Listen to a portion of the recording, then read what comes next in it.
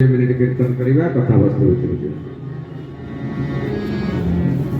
कथा में कहीं करे कीर्तन कहीं करवा ना संसार रे सार वस्तु होती जोड़ी अक्षर सबुठ सार जिते शब्द ब्रह्म भितर शब्द अच्छी ता भितर जोड़ी अक्षर होती सार ताकू गुण मिसाओ फेड़ाओ हरण कर जहा कर शेष तुम से जोड़ी अक्षर रही बुझा कहले बुझिपाइले बुझिया निजे निजे बौद्धिक प्रयोग करो निज बुद्धि प्रयोग करो जिते जन बस कथा शुणुच समस्त को मोर रहा जे गोटे गोटे संख्या चिंतन कर छोट संख्या दिए नियो 1 2 3 4 5 भितर नियो 10 भितर नियो गोटे संख्या भाविल समझे गोटे संख्या 1 के भाव के 2 भाव के 3 भाव के 4 भाव के 10 भाव के 12 भाव के 20 भाव ताकू चारि गुण रे गुण 4 रे गुणी दियो 4 गुण कर नामम चतुर्गुणम कृत्वा तादरे 5 मिसाओ बुझिलो 4 रे गुणी के 5 मिसला ठीक ठाक करता भूल वाला बोले 4 रे गुणी के 5 मिसाओ नामम चतुर्गुणम कृत्वा पंचयुग करतो 2 गुणित ताकू 2 रे गुणी दियो फिर 2 रे गुण डबल कर केताला जार जाए तो रखिता बने पद लास्ट भाई नामम चतुर्गुण कृत्वा 2 गुणितम पंचयुक्तम 2 गुणितम अष्टभूतम 8 तक हर दिया छिड़ी गला ना नहीं बाकी रहेगा छिड़ी गला जो माने का छिड़ी गला हाथ देख दे छिड़ीला गणते भूल छिड़ीबो नहीं भाग शेष निश्चय रही से भाग शेष भावुँ समस्त समान थो दुई छड़ा आउ कार अलग हाथ टेक समस्त भाग शेष रही थे दुई कौन समस्त गोटे संख्या भावी कले ना आम जे जहाँ भावु शेष फल रहा तेणु यही जो दुई यही भगवान नाम से हूँ राम से हूँ कृष्ण से हूँ हरि भगवान दिव्य नाम तेणु भगवान नाम ना एत शक्तिशाली होता समस्त पाप को मुक्ति कर बल कौन तार था शेष कौन आम राम नाम सत्य कहते तेणु ये जो नाम ये समस्त पाप को धोई दो आम अनायास अजाणत अलसुआ न जाणिक जमी निआरे हाथ लगे हाथ पोड़ीदेव आम कह भाई निआ आम जानी नी हाथ लगे मत पोड़ीदेवी से कह ना वो धर्म पोड़ा मो पोड़ी न जाणिक विष खाईदेवा मरीजा विष कह भाई मुझे न जाणिक खाई ना मो धर्म मारिबा मु मारिबी सेमती भगवान नाम धर्म है जहाँ पाप थी से पाप को खंडन कर तेणु आसतु समस्त तो निश्चित किसी पाप अच्छी कई निष्पाप अच्छी हाथ देखो मु पाप करना कमी लोक अच्छी निश्चित पाप से पाप को मुक्त हवा निज गोटे माजिदेवा सफा करदे कारण हरि कथा को भितर को नवा ना तेणु गोटे सफा कर ओढ़े जाओ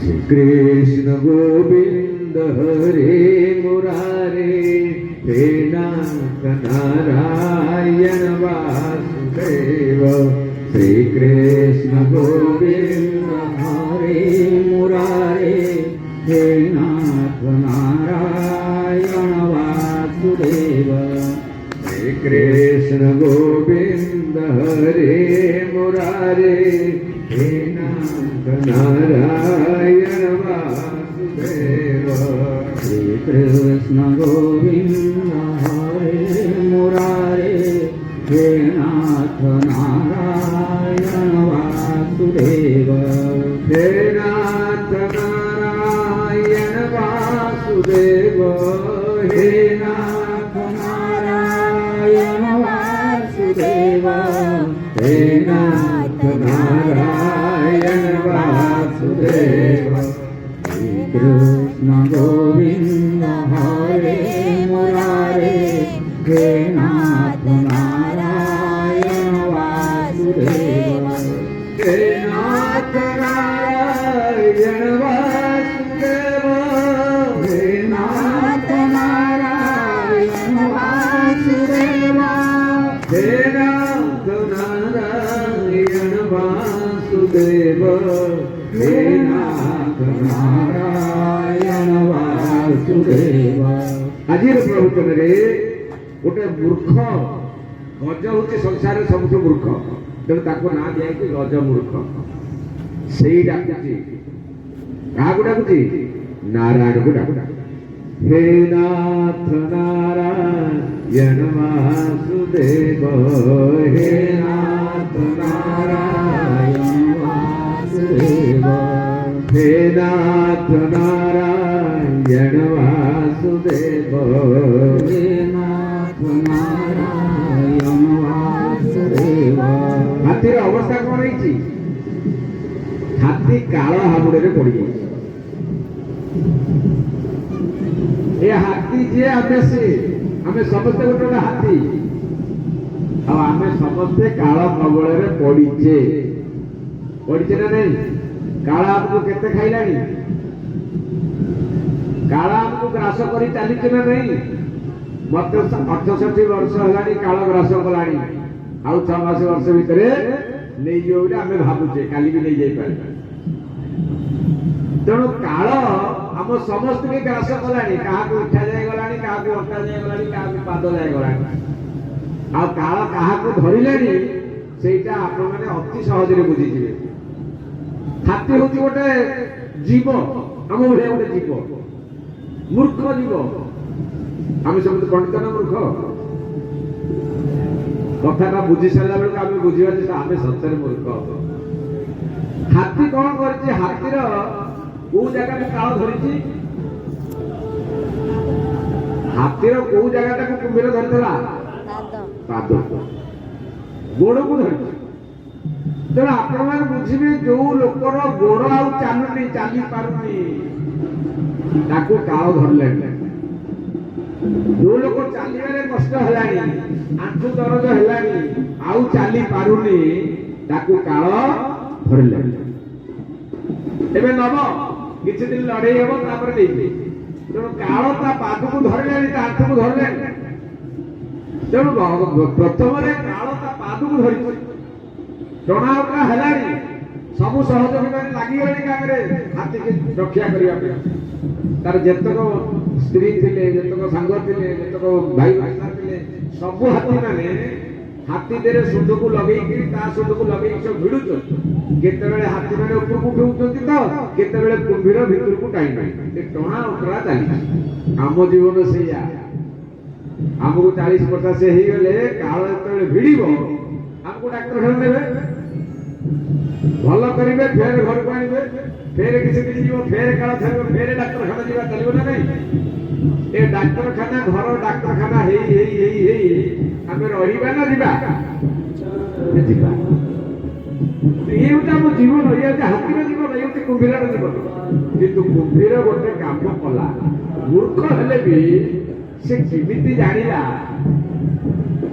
जे भगवान को डाकिला से भगवान का जानिला से भगवान को चिन्ही ये भगवान स्मृति तार किमिति आसिला कोठु आसिला से किमिति भगवान को डाकिला ए विषय आप चिंतन करछते केबे? अरे गोटे गज मूर्ख ताको तो कुंभीर धइला टणा उठरा तो हैला से लास्ट स्टेज रे भगवान किमिति डाकिला जे भगवान से रक्षा करे। ए लास्ट स्टेज रे भगवान को कथा मने पड़िया को सहज कथा से रिहर्सल करते भाई शोला बेले सब दिन बसला बेले गाधेला बेले कम से कम राम नाम करूवा केजाणी गला बेलू मन पड़ तेणु ये जो भगवत को स्मृति किमिति हाथीर मन पड़ा सत्संगरू कौन सत्संगरू ए हाथी जंगल में बुलूला जंगल में बुलिक मदमत्त हाथी तो संपूर्ण हाथीर बड़ आगे बड़ कहार तेणु ये हाथी जिते जंगल में बुलूला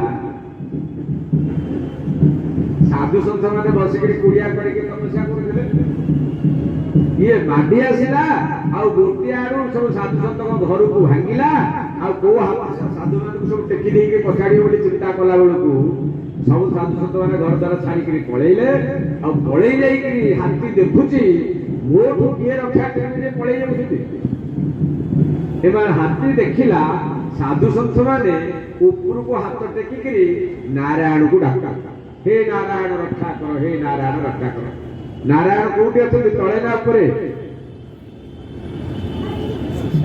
आमको विपत्ति पड़े आम डाक प्रभु रक्षा कर ऊपर को कहीं रक्षा कर प्रभु कहते कारण प्रभु ऊपर वाला बुझिब प्रभु ताले ऊपर वाला ऊपर अच्छी वैकुंठटा ऊपर अच्छी तेणु हाथी कबल रक्षा पाए साधु सन्त मैंने हे नारायण आमको रक्षा कर हाथी शुणिला नारायण शब्द आउ जानिला जे माने तो बहुत पंडित मु तो गोटे गजमूर्ख गज माने मूर्ख पंडित तो साधु सन्त माने ये जिते कहले सब नारायण मत रक्षा कर आमको रक्षा कर तेणु मोठ गोटे बड़ जीव किए से नारायण उपर अच्छी से जदि आसब हुए तो मते मारधर कर तेणु मुठू पलाए बोली हाथी पलैला ये जो साधु सन्त मान पाखे देखिला पाखे शुणिला नारायण नारायण शब्द यहाँ तार स्मृति थिला जिते भिड़ा उतरा है एवं ताकू कहीं रक्षा करि पारिले नहीं सेते तार मने पड़िला ये तो मोरी भिड़ा जीव माने मत रक्षा करि पाले नहीं मोट गोटे बलवंत जीव किए ऊपर अच्छे आ का ना होची नारायण सेतिके बेले डाकिला गज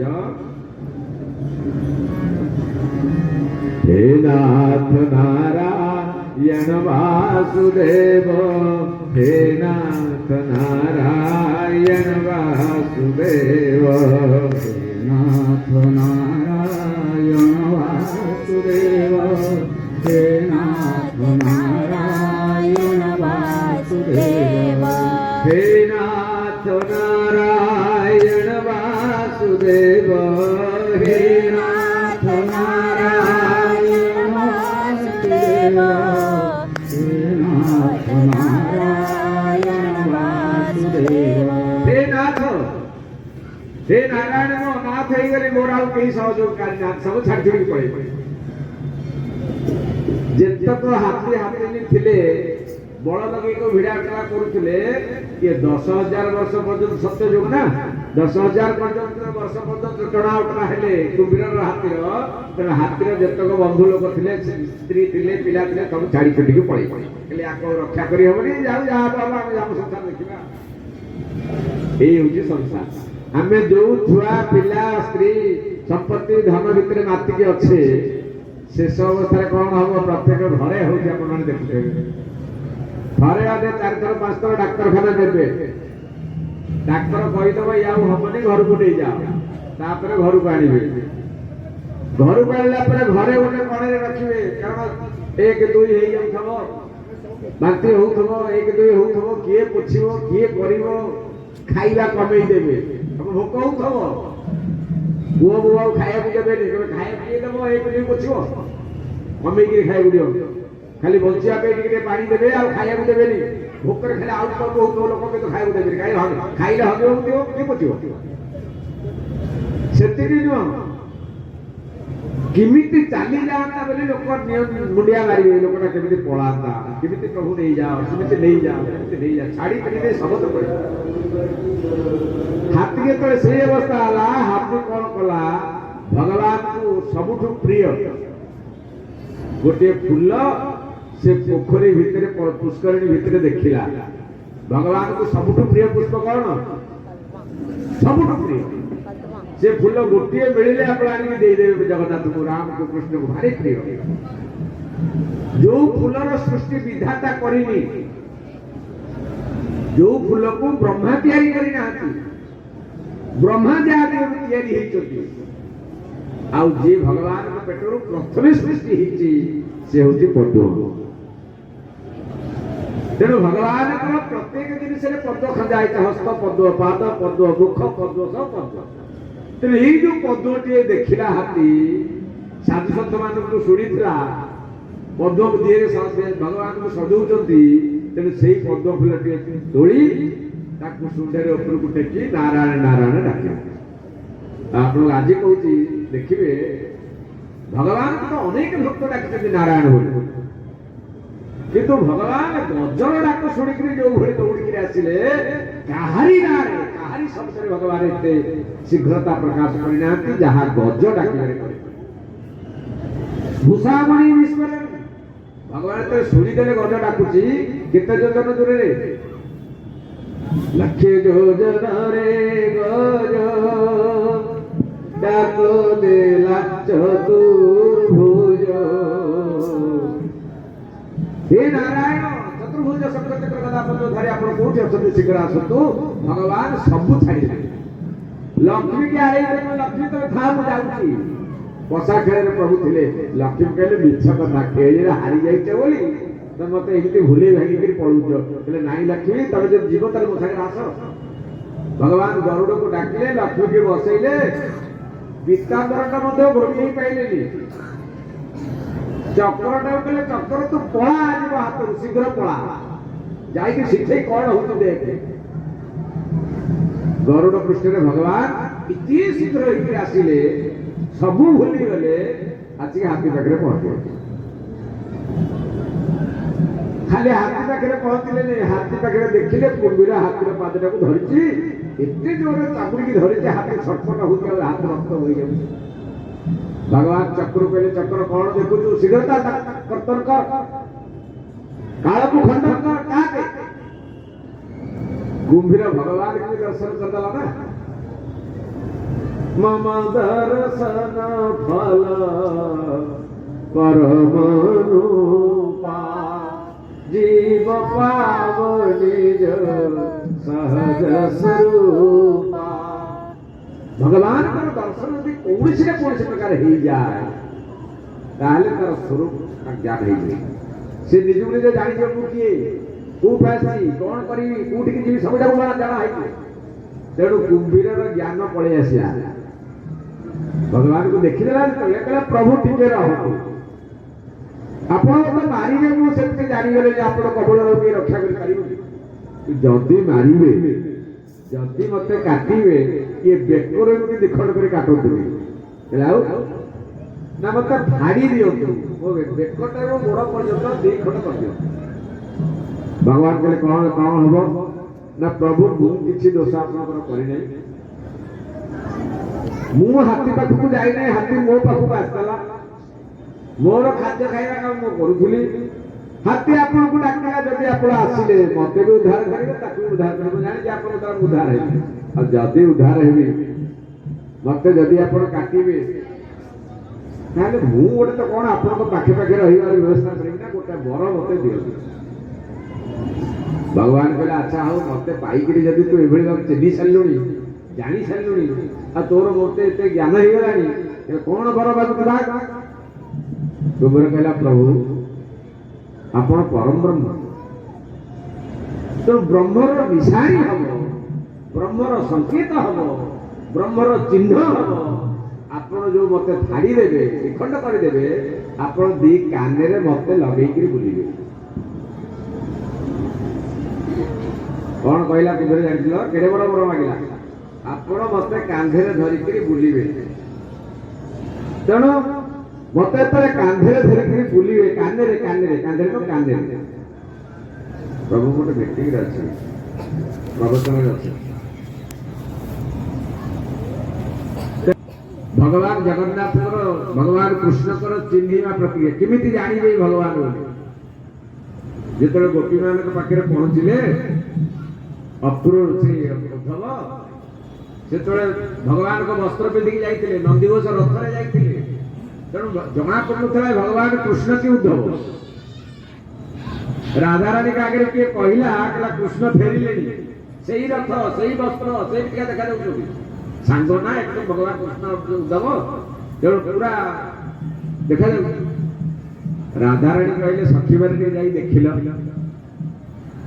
कौन ना सी मत लगुच कृष्ण ही नथे आउ के नाई ना हम ताकर भेड़ा देखिलु कहले भेड़िया को आउ थरे जाई देखो कौन देखिबी ले देखिबु सखी तंकर बनमाळ दिसे केड़े सुंदर कनी बनमाळ देखिबु सखी कर्णर कर्कट कुंडल तेणु मकर कुंडल यदि कान थो गोलार यदि बनमाल थो ताले से कृष्ण होते सखी मैंने दौड़ी जाए देखिले जोड़ी का जिनिस ना ଉଦ୍ଧବଙ୍କର ସବୁ ଅଛି, କିନ୍ତୁ ଗଳାରେ ବନମାଳ ନାହିଁ କି କର୍ଣ୍ଣରେ ମକର କୁଣ୍ଡଳ ନାହିଁ। ମକର ମାନେ କୁମ୍ଭୀର, କୁମ୍ଭୀର ମକର କୁଣ୍ଡ, ଯୋଉ କୁଣ୍ଡଳକୁ ଏବେ ଲଗେଇକି ପାଲାବାଲା ମାନେ ପାଲା କରୁଛନ୍ତି, ଦାସକାଠିଆ ମାନେ ଦାସକାଠିଆ କରୁଛନ୍ତି, ସେ ମକର କୁଣ୍ଡଳ।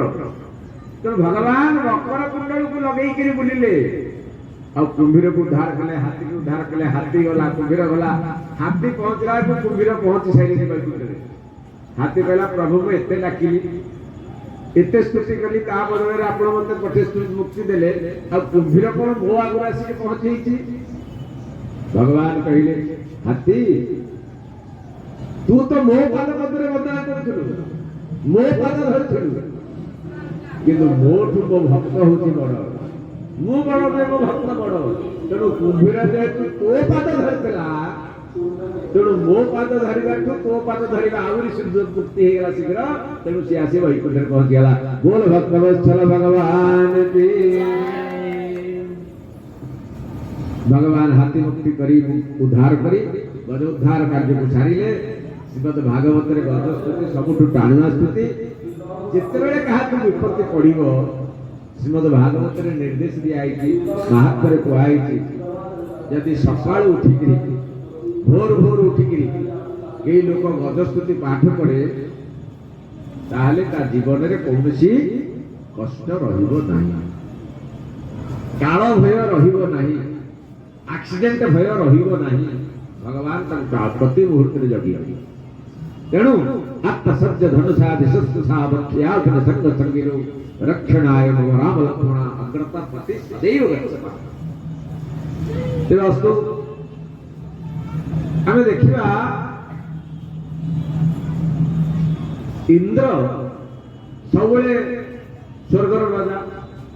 ଆଉ ଯିଏ ରଜା ହବ, ତାର ମନରେ ସମୟ ସମୟରେ ଅହଙ୍କାର ବି ଆସିବ, ଗର୍ବ ଆସିବ, ଅଭିମାନ ଆସିବ। ଏ ଇନ୍ଦ୍ର ମନରେ ଥରେ ଗର୍ବ ଅଭିମାନ ହେଲା। ଦୁର୍ବାସା ଋଷି ଭଗବାନଙ୍କ ପାଖରୁ ଫେରୁଥିଲେ। କାହା ପାଖରୁ? ଭଗବାନ ବୈକୁଣ୍ଠରୁ ଫେରୁଥିଲେ। ଭଗବାନ ବୈକୁଣ୍ଠନାଥ ଦୁର୍ବାସାକୁ ଖୁସି ହେଇକି ନିଜ ବେକରୁ ଗୋଟିଏ ଫୁଲମାଳ ଦେଲେ। କହିଲେ, ଦୁର୍ବାସାଜୀ ଆପଣଙ୍କୁ ଆଉ କଣ ଦେବି, ଆପଣ ଏଡେ ବଡ ଋଷି ଆସିଛନ୍ତି ମୋ ପାଖକୁ, ଫୁଲମାଳଟି ଦିଅନ୍ତୁ ବୋଲି ତାଙ୍କ ବେକରେ ପକେଇଲେ।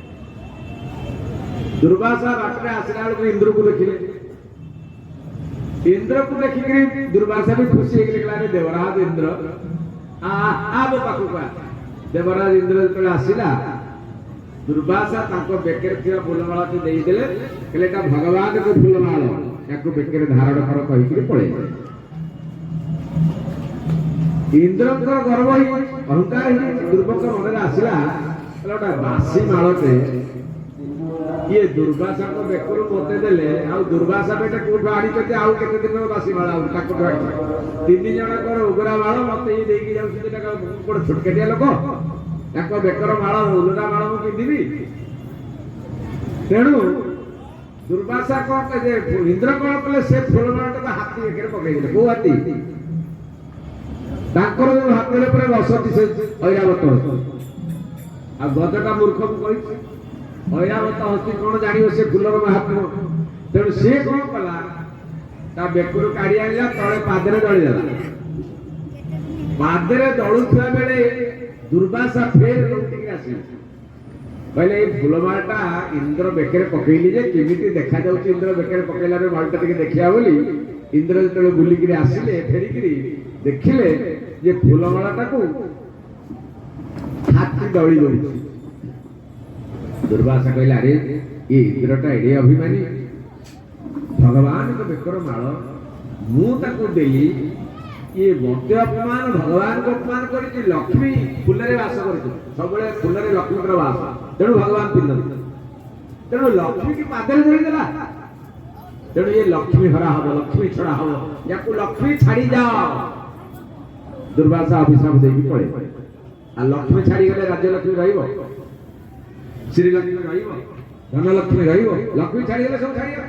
ରାଜ୍ୟଲକ୍ଷ୍ମୀ, ମୁଖ୍ୟ ଲକ୍ଷ୍ମୀ, ଧନଲକ୍ଷ୍ମୀ, ଯେତେ ଲକ୍ଷ୍ମୀ ହେଇପାରେ ସବୁ ଇନ୍ଦ୍ରକୁ ଛାଡିଗଲେ। ତେଣୁ ଇନ୍ଦ୍ରଙ୍କର ରାଜ୍ୟ ପଳେଇଲା, ଧନ ପଳେଇଲା, ଇନ୍ଦ୍ର ସର୍ବହରା ହେଇଗଲେ।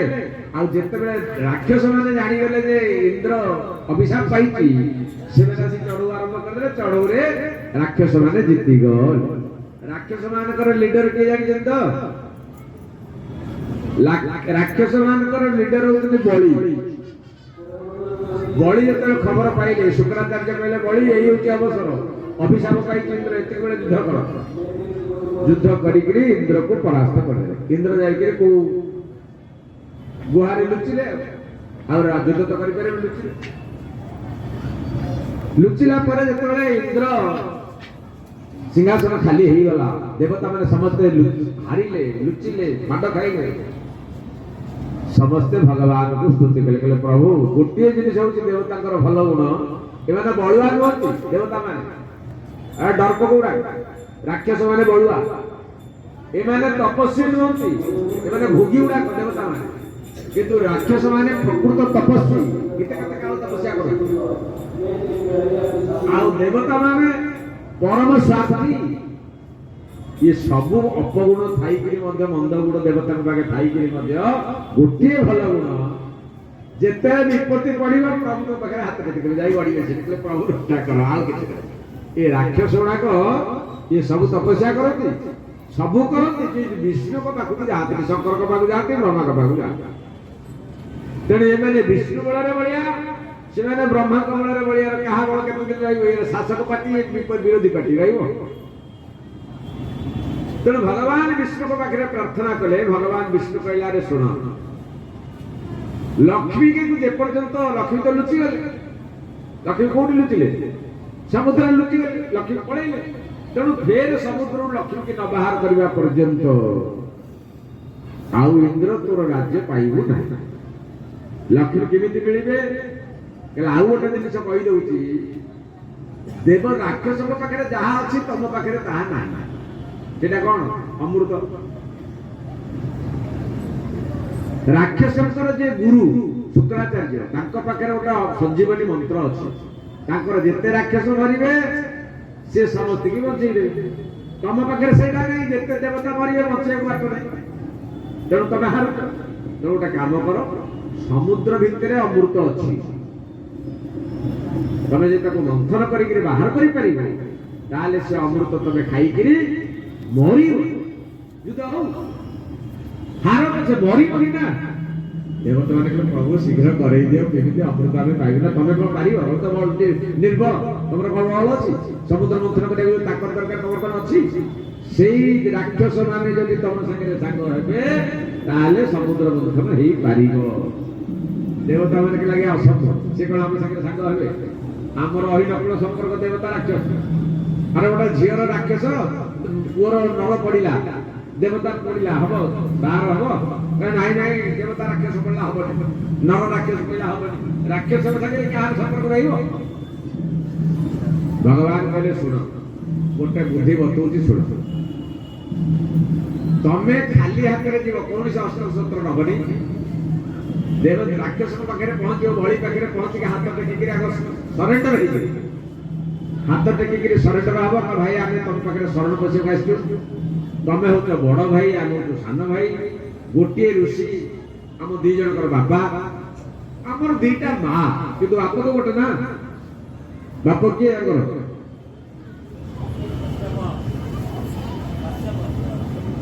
बाप कश्यप ये द्वितीय और अदिति दी जन माँ तेणु द्वितीय द्वितीय अदिति आदित्य तेणु ये जो दी हम दीटा माँ के बाप गोटे आम दी भाई ना नहीं तेणु आम दी भाई आउ लड़ानी आम मिसी नासिक चलवा आ भगवान गोटे कथा कहते भाई अमृत समुद्र भितर अच्छे आम मंथन कर बाहर बाटिक खाइया समस्त आम आ शुक्राचार्य तुमको बचा दरकार नहीं कि आमर आवश्यक बड़ी कहला बढ़िया कथा भल कथा भगवान बुझे कहले देवता मैंने शुण काम पड़े अरिमुषिक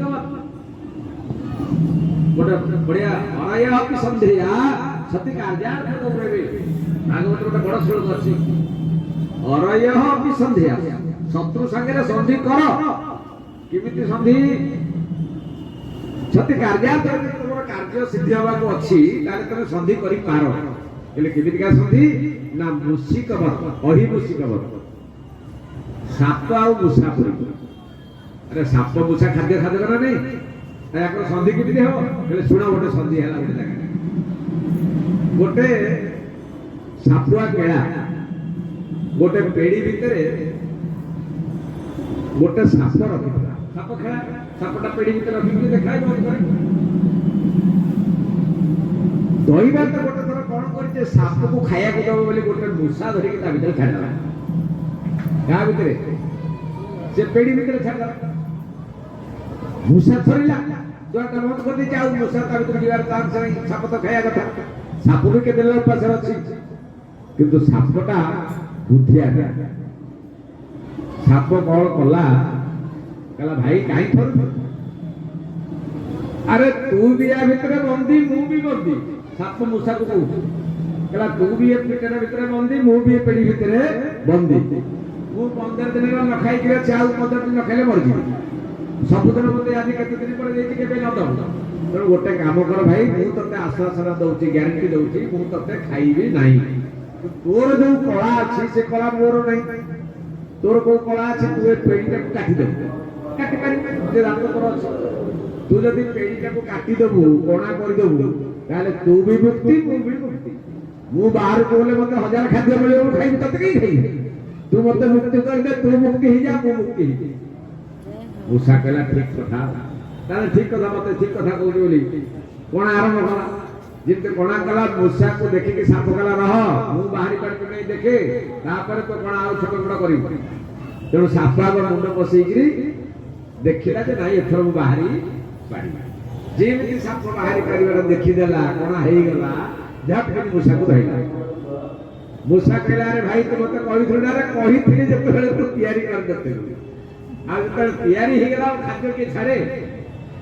ମୂଷାକୁ ପେଟକୁ ନେଲା, ନିଜେ ମୁକ୍ତି ହେଇ ଚାଲିଗଲା। ସେମିତି ଅମୃତ ହେଲା ପରେ ମୁଁ ସବୁଯାକ ଅମୃତ ତମକୁ ପିଆଇ ଦେବି, ଆଉ ରାକ୍ଷସକୁ ମଧ୍ୟ ପିଆଇ ଦେବି। ସେ ଗଲା, ସେ ହାରୁଥିଲେ ତମେ ଜିତୁ ଥବ, ଜିତୁ ଥବ, ଜିତୁ।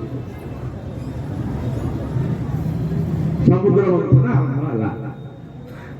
এই সমুদ্র মন্থনের আপনার 3টি অবতার দেখিবে ভগবান। কেতটা অবতার? 3 অবতার। ভগবানଙ୍କର କଚ୍ଛପ ଅବତାର এই ସମୁଦ୍ର ମନ୍ଥନରେ ହେଲା। ମନ୍ଦରାଚଳକୁ ଟେକିକି ଆଣିଲେ, ସୁନାର ପର୍ବତ ହଉଛି ମନ୍ଦରାଚଳ। ସୁନାର ମନ୍ଦରାଚଳକୁ ଟେକିକି ଆଣିଲେ, ଦେବତା ମାନେ ଉଠେଇ ପାଇଲେନି କି ରାକ୍ଷସ ମାନେ ଉଠେଇ ପାଇଲେ। ସେ ମନ୍ଦରାଚଳ ପଡିଗଲା ଯେ କେତେ ରାକ୍ଷସ କେତେ ଦେବତା ଚିପି ହେଇଗଲେ ତା ଭିତରେ। ତ୍ରାହି ତ୍ରାହି ଡାକିଲେ, ସମୁଦ୍ର ମନ୍ଥନ କଣ କରିବୁ, ଆମେ ତ ଏଇଠି କଲୁ। ଭଗବାନ ସମସ୍ତଙ୍କୁ ଉଠେଇଲେ, ଗରୁଡକୁ ପୃଷ୍ଠରେ, ମନ୍ଦରାଚଳକୁ ବାଁ ହାତରେ ଟେକିକିରି ଥୋଇଲେ ଏବଂ ଗରୁଡ ପୃଷ୍ଠରେ ବସିକିରି ଆସିଲେ। ଆସିଲେ ଯେ ମନ୍ଦରାଚଳକୁ ଯେତେବେଳେ ଥୋଇଦେଲେ, ମନ୍ଦରାଚଳ ଦବିଗଲା ସମୁଦ୍ରରେ। ତେଣୁ ଭଗବାନ ନିଜେ କଚ୍ଛପ ଅବତାର ହେଇକିରି ମନ୍ଦର ପର୍ବତ ତଳେ ରହିଲେ। ଭଗବାନଙ୍କ ଉପରେ ମନ୍ଦର ପର୍ବତ ରହିଲା। ଗୋଟିଏ ଅବତାର ଭଗବାନଙ୍କ ହେଲା।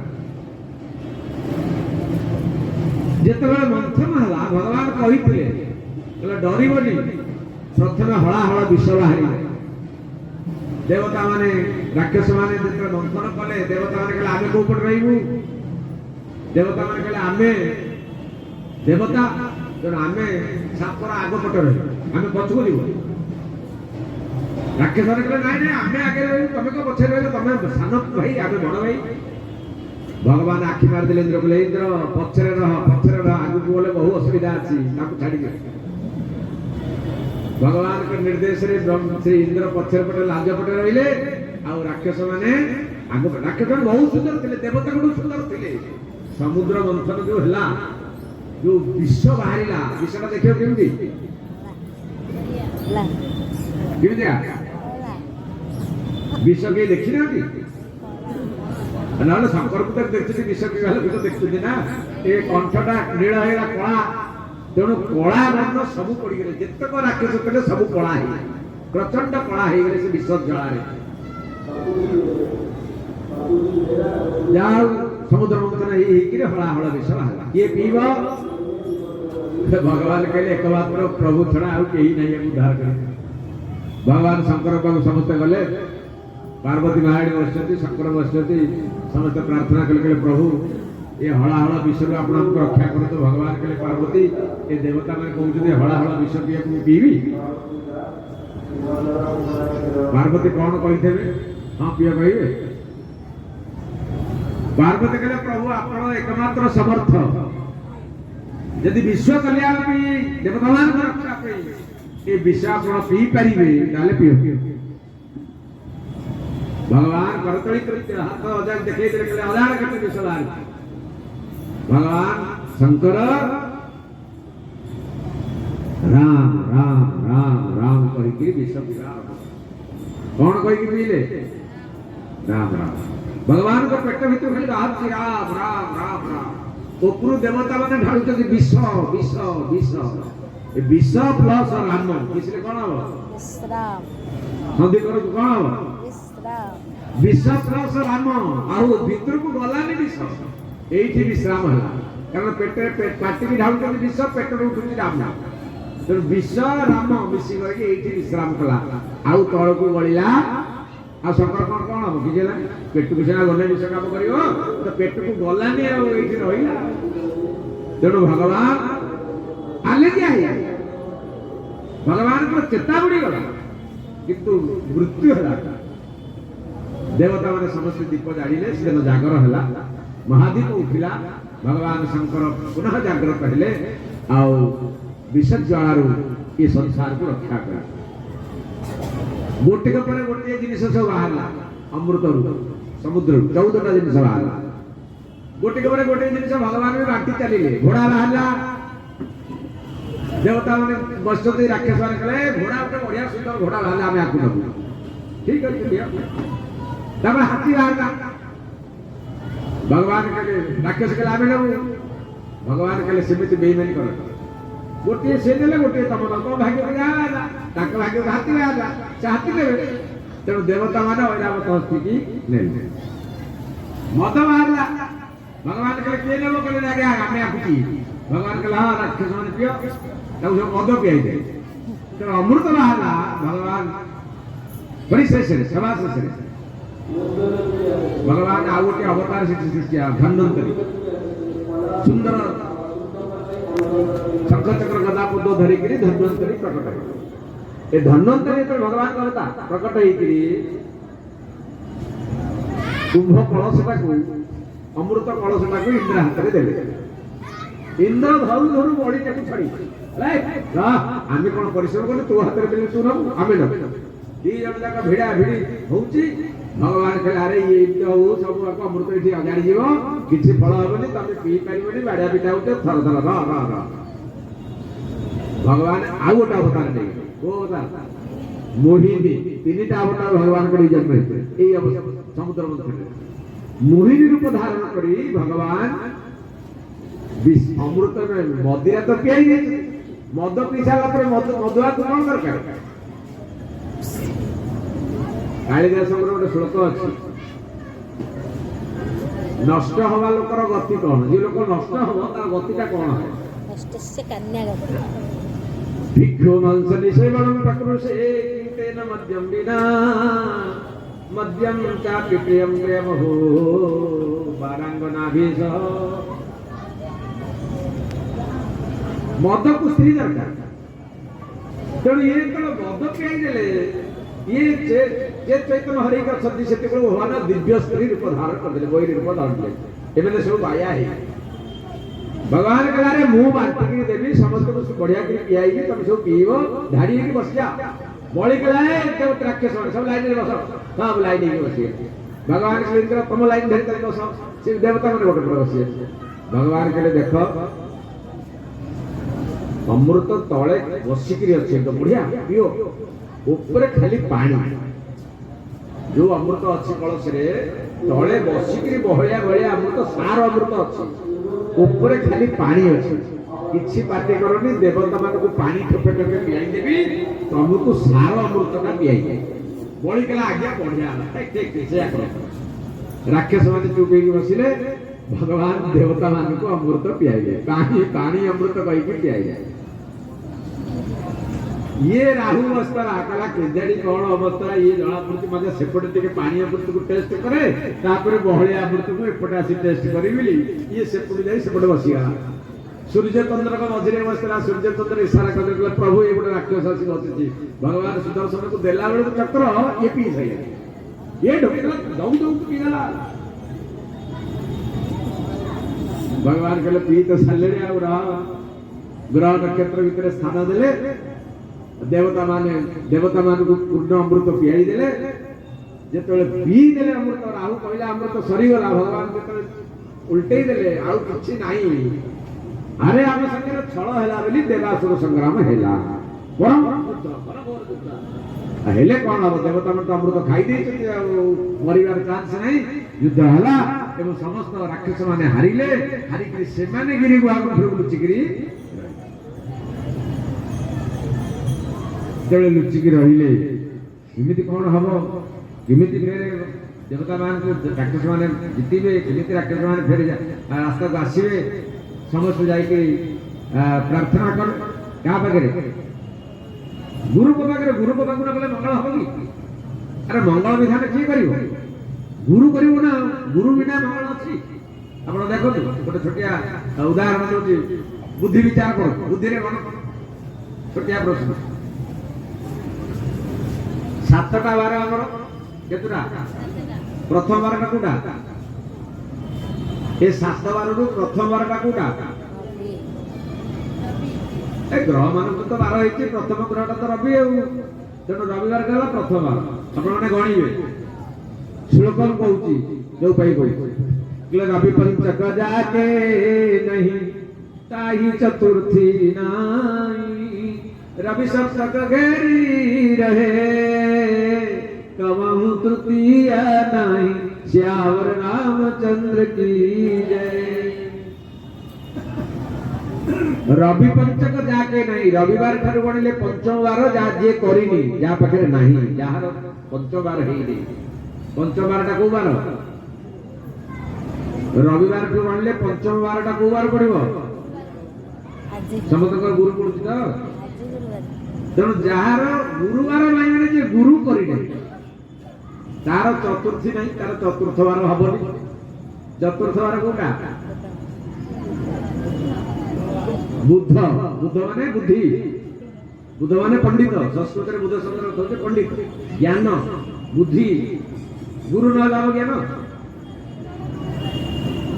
गुरु बिना रंजन कहाँ पाइबु शब्द ज्ञान। गुरु न हेले ज्ञान कर। जार पंचम बार नहीं, तार चतुर्थ बार नहीं। जार गुरु नहीं, तार ज्ञान नहीं। जार ज्ञान नहीं कि गुरु नहीं, तार कौन हम? रवि सप्तक घेरी रहे। रविवार ठार गणति गले सप्तम बार कौन? शनि माने किए? जम।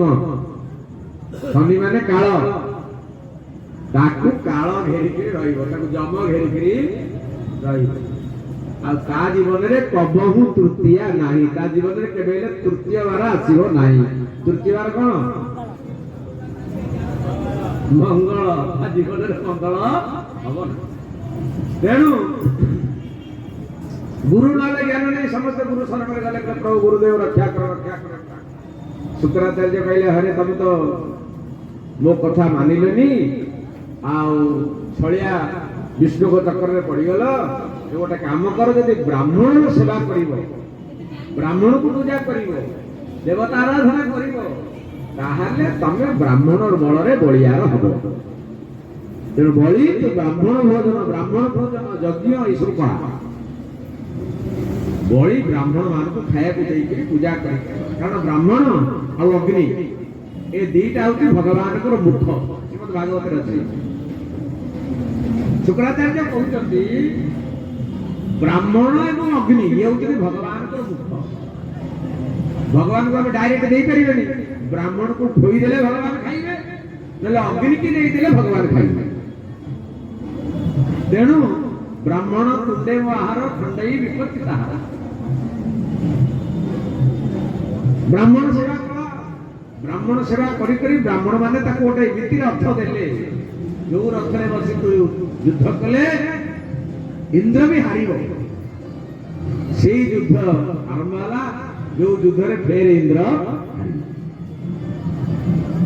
इंद्र हारिला। भगवान पाखे समझ फेर शरण बसिले। अदिति जाइकरी स्वामी के पाखे कहले, प्रभु मो पिला मैंने फेर हारीगले, केमिति केमिति बसिबे, केमिति कौन हम टे बतातु। स्वामी कहले, कश्यप कहले जे देवी तुम जो गोटे पयव्रत कर, से पयव्रत कले भगवान खुशी। तुम गोटे एमिति कह जे ରାକ୍ଷସ ମାନଙ୍କୁ ହରାଇ। ତେଣୁ ଅଦିତି ବୟବ୍ରତ କଲେ, କ୍ଷୀର ଖାଇକି ରହିବ ବିଧାନ ଅଛି ଭାଗବତରେ, ଏବଂ କ୍ଷୀର ଖାଇକି ରହିବାରୁ ତାଙ୍କ ଗର୍ଭକୁ ଭଗବାନ ନିଜେ ଆସିଲେ। କୋଉ ଜନ୍ମ ହେଲା ତାଙ୍କର? ଛଳୟସି ବିକ୍ରମଣେ ବଳି ଅଦ୍ଭୁତ ବାମନ ଭଗବାନଙ୍କର ଅବତାର ହେଲା। ବାମନ ଯେମିତି ଜନ୍ମ ହେଇଛନ୍ତି, ବାମନ ମାନେ କଣ ହଉଛନ୍ତି ତ? ବାନ ଆଙ୍ଗୁଳୁ। ଆମେ ସମସ୍ତେ କେତେ ଆଙ୍ଗୁଳୁ? ଚର୍ମ ବେଢିଛି ସିନା 84 କି 84 ଆଙ୍ଗୁଳୁ, କିନ୍ତୁ ବାମନଟା ବାନ ବାମନ କହ। ଏଇ ଯୋଉ ବାମନ ଅଙ୍ଗୁଳର ବାମନ ବୁଦ୍ଧିରେ କେବେ କମ ନୁହନ୍ତି, ଶରୀର ଛୋଟିଆ କିନ୍ତୁ ବୁଦ୍ଧି ତୀକ୍ଷ୍ଣ। ତେଣୁ ଭଗବାନ ବାମନ ରୂପ ଧରିକିରି ଯେତେବେଳେ ଆସିଲେ, ତାଙ୍କର ବ୍ରତ ଉପନୟନ ହେଇଗଲା। ବ୍ରତ ଉପନୟନରେ ଯାହା ମିଳିଲା ସବୁ ଯାକ ଗୁରୁଙ୍କୁ ନେଇକିରି ଦେଲେ। ଗୁରୁ କିଏ? ଦେବତା ଗୁରୁ ବୃହସ୍ପତି। ବୃହସ୍ପତି କହିଲେ ଭଳିଆ ମାନେ ଗୁରୁ ମାନେ ଜାଣିପାରୁଛନ୍ତି ଭଗବାନ। ଗୁରୁ ଗୋବିନ୍ଦକୁ ଜାଣେ ନା, ତେଣୁ ଗୋବିନ୍ଦକୁ ଗୁରୁ ଜାଣନ୍ତି, ବୃହସ୍ପତି ଜାଣିଗଲେ ଭଗବାନ। ତେଣୁ ଗୁରୁ ବୃହସ୍ପତି କହିଲେ ପ୍ରଭୁ ମୋ ଶିଷ୍ୟ ହେଇକରି ଏତିକି ଚାଉଳ ଏତିକି ଡାଲିରେ କଣ ଖୁସି? ଯା ଯା ଯା ଗୋଟେ ଜାଗାରେ ଯଜ୍ଞ ହଉଛି, ସେଠିକି ଯିବ, ସେଠି କିଛି ଆଣିକିରି ମତେ ଦବ, ସେଠୁ ଯାହା ମିଳିବ ମତେ ଦବ। ଗୁରୁ ପଠେଇଦେଲେ, କହିଲେ ଯା ନର୍ମଦା କୂଳରେ ବଳି ଯଜ୍ଞ କରୁଛନ୍ତି, ସେଇଠିକି ଯାଇ ତମେ ଦାନ ଦକ୍ଷିଣା ଆଣିବ ଯାଅ। ଭଗବାନ ବେଦ ପାଠ କରିକି ଯାଇ ପହଞ୍ଚିଲେ କୋଉଠି? ବଳିଙ୍କ ପାଖରେ ପହଞ୍ଚିଲେ। ବଳି ଯେତେବେଳେ ଦେଖିଦେଲେ ବାମନକୁ, ଅପୂର୍ବ ତେଜ କାନ୍ତି। ଆରେ ଭଗବାନ ନା, ସାଧାରଣ ନାମ ନେଇଥିଲେ। ଗୋଟିଏ ସୂର୍ଯ୍ୟର ଆଭା ପ୍ରଭାରେ ତମ୍ପୁଛି, ବେଦ ପାଠ କରୁଛନ୍ତି ଯେ ସାମବେଦ କମ୍ପୁଛି। ବଳି ଭଗବାନଙ୍କୁ ପ୍ରଣାମ କଲା, ବ୍ରାହ୍ମଣ ଦେବତାଙ୍କୁ ପ୍ରଣାମ କଲା। ଏମିତି ବ୍ରାହ୍ମଣ ବଳି ଦେଖତେ କେବେ ଶୁଣିନି କି ଜାଣିନି, କେତେ ଜ୍ଞାନୀ ଏ ବ୍ରାହ୍ମଣ, ତାର 7 ପୁରୁଷ କହିଦେଇଗଲେ ଭଗବାନ। କହିଲେ ବଳି ତମ ବାପା ବିରୋଚନ ଯେ ଦେବତା ମାନଙ୍କ ପାଇଁ ସବୁ ଜାଣି ଶୁଣିକି ମଧ୍ୟ ଦାନ କରିଦେଲେ, ତମେ ପରମ ଦାତା। ତାଙ୍କ ବାପ ପ୍ରହ୍ଲାଦ, ଓହୋ ଭଗବାନଙ୍କର ପରମ ଭକ୍ତ, ତେଣୁ ତମ ବଂଶର ଖାନ୍ଦା 7 ପୁରୁଷ ଯାଏ ତା ବାପା ଭଗବାନ କହିଦେଇଗଲେ। ବଳି କହିଲା ବାପା ଏଡ଼ିକି ଟିକେ ପିଲା, ଇଏ ମୋ 7 ପୁରୁଷ କହୁଛି। ଆପଣ ଦେଖୁନାହାନ୍ତି ପଣ୍ଡା ମାନେ ଯେତେବେଳେ ଆସୁଛି ଯାତ୍ରୀ, ଆମର ଯୋଉ ପଣ୍ଡା ମାନେ ଏଡେ ଏଡେ ଫାଇଲ ରଖିଛନ୍ତି, ଏଡେ ଏଡେ ଖାତା ଧରିକି ରଖିଛନ୍ତି, ଆସିଲା ମାତ୍ର କହିବେ ତ ବାପା ନା ଆମକୁ, ତ ଘର ଆମକୁ, ତ ଥାନା ଆମକୁ, ତ ଆମକୁ, ତା ବାପା ଆମକୁ, ତା ବାପା ଆମକୁ। ସେ ବିଶ୍ୱାସ କରିଯିବ ଇଏ ମୋର ପ୍ରକୃତ ପଣ୍ଡା। ସେମିତି ବଳି ବିଶ୍ୱାସ କରିଗଲା, ପ୍ରକୃତ ଜାନକାରୀ ବ୍ରାହ୍ମଣ, ପ୍ରକୃତ ଜ୍ଞାନୀ ବ୍ରାହ୍ମଣ। ମୋ ବାପାର ନାଁ କହୁଛି। କହିଲେ ଗୋସେଇ ବ୍ରାହ୍ମଣ ତ ଖାଲି ଆସନ୍ତିନି, କିଛି ନିଶ୍ଚୟ ଉଦ୍ଦେଶ୍ୟ କହନ୍ତୁ, ମୁଁ ପୁରା କରିବି।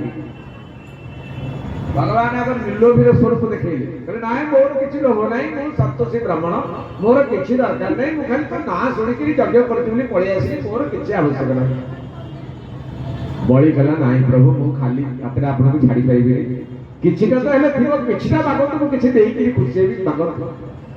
ଭଗବାନ କାଳେ ମୋ ପଛରେ କାହିଁ ପଡିଛି ବାପା, ମୁଁ କିଛି ନେବାକୁ ଚାହୁଁନି, ମୋର କିଛି ଦରକାର ନାହିଁ। ଶୁକ୍ରାଚାର୍ଯ୍ୟ ଜାଣିଗଲେ ଇଏ ଛୋଟିଆ ପିଲା ଏମିତି କିଛି ନାହିଁ କହୁଛି, ମୁଁ ଆଜି ପର୍ଯ୍ୟନ୍ତ ଏମିତି ନିର୍ଲୋଭୀ ବ୍ରାହ୍ମଣ ଦେଖିନି, ଇଏ ପ୍ରକୃତିରେ କିଏ ଟିକେ ଜାଣିବା ପାଇଁ ଶୁକ୍ରାଚାର୍ଯ୍ୟ ଟିକେ ଆଖି ବୁଝିକିରି ଜପରେ ବସିଗଲେ। ସେତିକି ବେଳେ ଭଗବାନ ଜାଣିଗଲେ ଶୁକ୍ରାଚାର୍ଯ୍ୟ କଣ ଖଡବଡ କରିବ। ତେଣୁ ଭଗବାନ କହିଲେ ଆଚ୍ଛା, ଆଉ ଯଦି ଦେବାକୁ କହୁଛୁ ଗୋଟେ କଥା କର, ମତେ 3 ପାଦ ଭୂମି ଦେଇଦେ, ମୁଁ ପଳେଇବି। ତେଣୁ ମୋ ହାତ ମୋ ପାଦରେ ଯେତିକି ଦେବ ସେତିକି ଭୂମି। ଶୁକ୍ରାଚାର୍ଯ୍ୟ ବଳି ହୋ ହେଇକି ଠୋ ଠୋ ହେଇକି ହସିଲା, କହିଲା ପ୍ରଭୁ ଏକ ତ ମାଗୁନଥିଲେ, ଆଉ ଯଦି ମାଗିଲେ ମୋ ଭଳିଆ ମାନେ ତ୍ରିଲୋକପତି ସ୍ୱର୍ଗବର୍ତ୍ତା ବୈକୁଣ୍ଠର ମାଲିକକୁ ତା ଆଗରେ ମାଗୁଛନ୍ତି 3 ପାଦ ଭୂମି, ଏଇଟା ଲଜ୍ଜା ହବ ପ୍ରଭୁ ମତେ, ଗୋଟେ ଖାଲି ବଡ ଜିନିଷ ମାଗନ୍ତୁ। କହିଲା ନାଇଁ ମୋର ଦରକାର ନାହିଁ, ଖାଲି ବସିବା ପାଇଁ 3 ପାଦ, ଘର ବି ମୋର ଦରକାର ନାହିଁ। ଯୋଉଠି ବସିଲେ ଲୋକ କହୁଛନ୍ତି ନାଇଁ ନାଇଁ ବ୍ରାହ୍ମଣ ଏଠି ବସିବ, କାଲି ଆସିକି ହନୁମାନଟେ ବସେଇଦବ, କାଲି ଆସିକି ଗୋଟେ ଦେବୀ ବସେଇଦବ, ଆଉ ସେ ସବୁ ହବନି, ତମେ ଏଠୁ ଗଲ। ମତେ ଯୋଉ ଉଠେଇ ଦଉଛନ୍ତି ସେଇଥିପାଇଁ ମତେ ତିନି ପାଦ ଭୂମି ହେଇଗଲେ ମୁଁ ଖାଲି ଚକା ପକେଇ ବସ